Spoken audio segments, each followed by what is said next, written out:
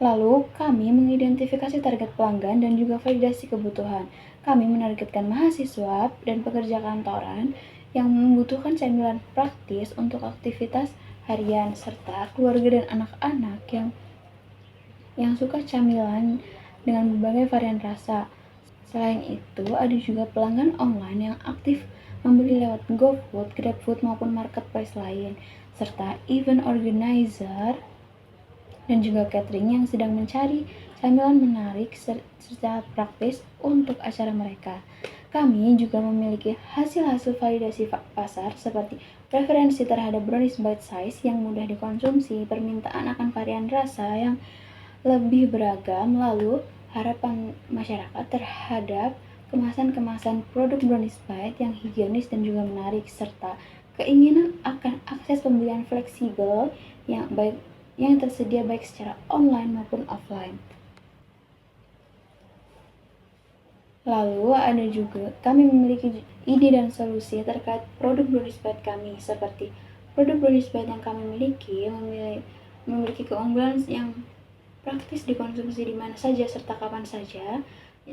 Juga memiliki 5 varian rasa seperti coklat, keju, matcha, salted caramel, dan juga red velvet. Kami menggunakan bahan premium tanpa pengawet yang dijamin lebih sehat dan aman untuk dikonsumsi. Kami juga menggunakan kemasan yang modern dan juga ramah lingkungan, serta pendistribusian fleksibel yang tersedia secara online maupun offline. Nah, model produksi yang kami gunakan, produk brownies bite kami diproduksi secara higienis dengan bahan yang berkualitas. Teknik pemanggangan khusus yang membuat produk brownies bite kami memiliki tekstur yang lembut dan juga padat. Kami juga memproduksi brownies bite ini terbatas perharinya agar kami dapat menjamin kesegaran produk sampai di tangan konsumen dengan baik. Ke pemetaan peluang dan pesaing. Peluang pasar seperti tren camilan praktis terus meningkat di semua kalangan. Konsumen makin sadar akan adanya bahan premium dan organik. Pembelian online bisa melalui online seperti GrabFood, GoFood, dan marketplace.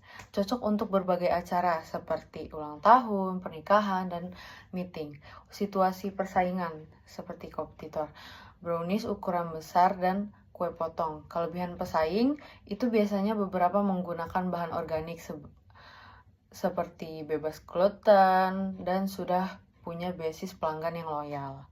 Kekurangan pesaing biasanya minim variasi, rasa inovasi kayak kurang optimal dalam pemasaran digital, kemasan kurang menarik, dan kurang praktis. Strategi menghadapi pesaing seperti mengeluarkan inovasi rasa yang baru seperti mengeluarkan rasa coklat, keju, matcha, ataupun red velvet dan lain sebagainya. Pemasaran digital agresif, media sosial melalui media sosial, influence, dan iklan online. Kemasan ramah lingkungan dan harga yang kompetitif menjadi nilai tambah. Lanjut ke bagian pengembangan prototip dan MVP. Tujuannya itu pengembangan prototip dan MVP prototip.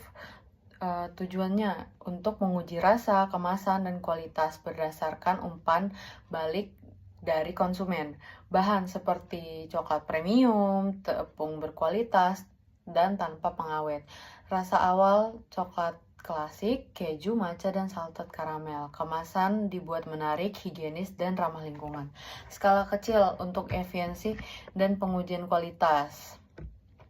Fokus pada 3 rasa yaitu matcha, coklat, keju, dan distribusi terbatas via toko lokal, platform online seperti GoFood dan GrabFood. Kemasan sederhana namun fungsional. Tujuan dan respon pasar untuk melakukan perbaikan produk sebelum produksi massal.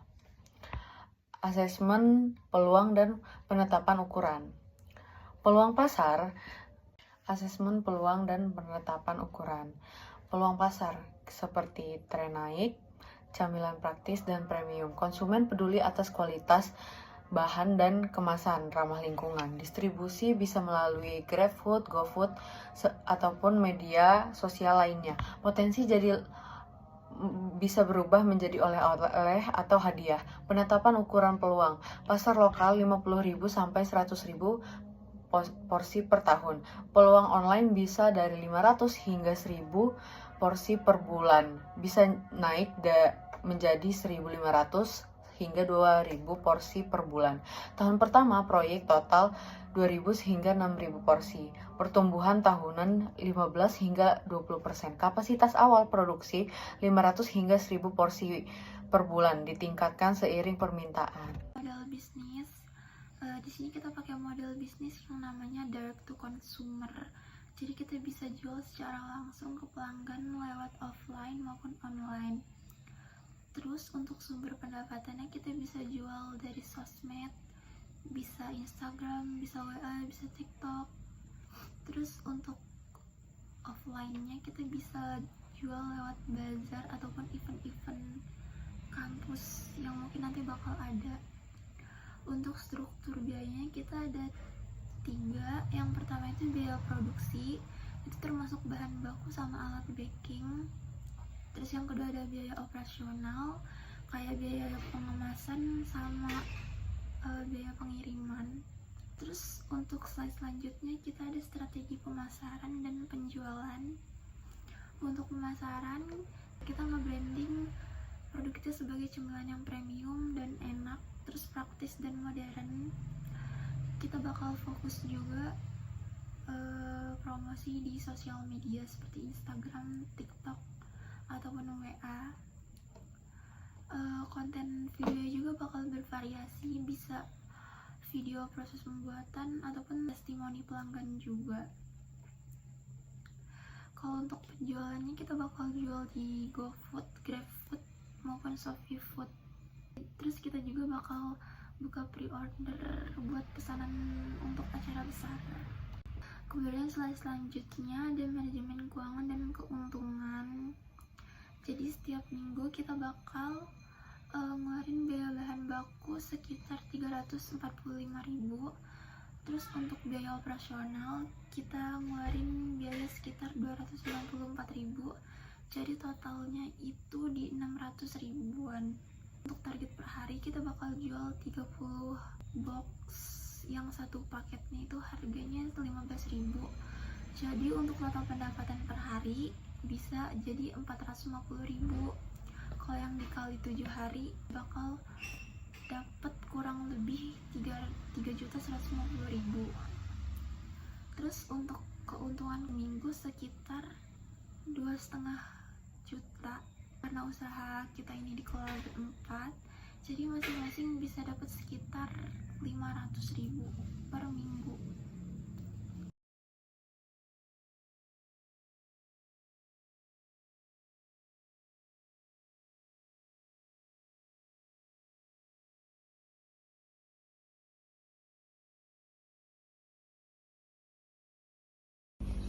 Kebutuhan tenaga kerja. Kebutuhan tenaga kerja terdiri dari 4. Yang pertama, manajer umum. Manajer umum terbagi lagi menjadi 4, yaitu koordinasi tim dan rapat mingguan, strategi pemasaran dan promosi digital, pengambilan keputusan bisnis, dan yang terakhir laporan keuangan dan pembagian hasil. Yang kedua, manajer produksi, terdiri dari 4 juga, yaitu mengawasi proses pembuatan brownies, kontrol kualitas bahan dan hasil akhir. Yang ketiga, manajemen stok bahan baku dan pengemasan produk.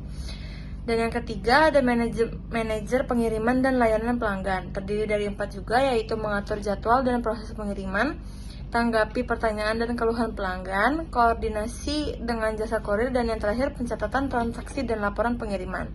Dan yang terakhir ada admin dan keuangan, terdiri dari 4 juga, yaitu laporan pemasukan dan pengeluaran, kehitung dan bagi keuntungan mingguan, pantau pembelian bahan baku, dan yang terakhir rencana keuangan jangka pendek dan panjang.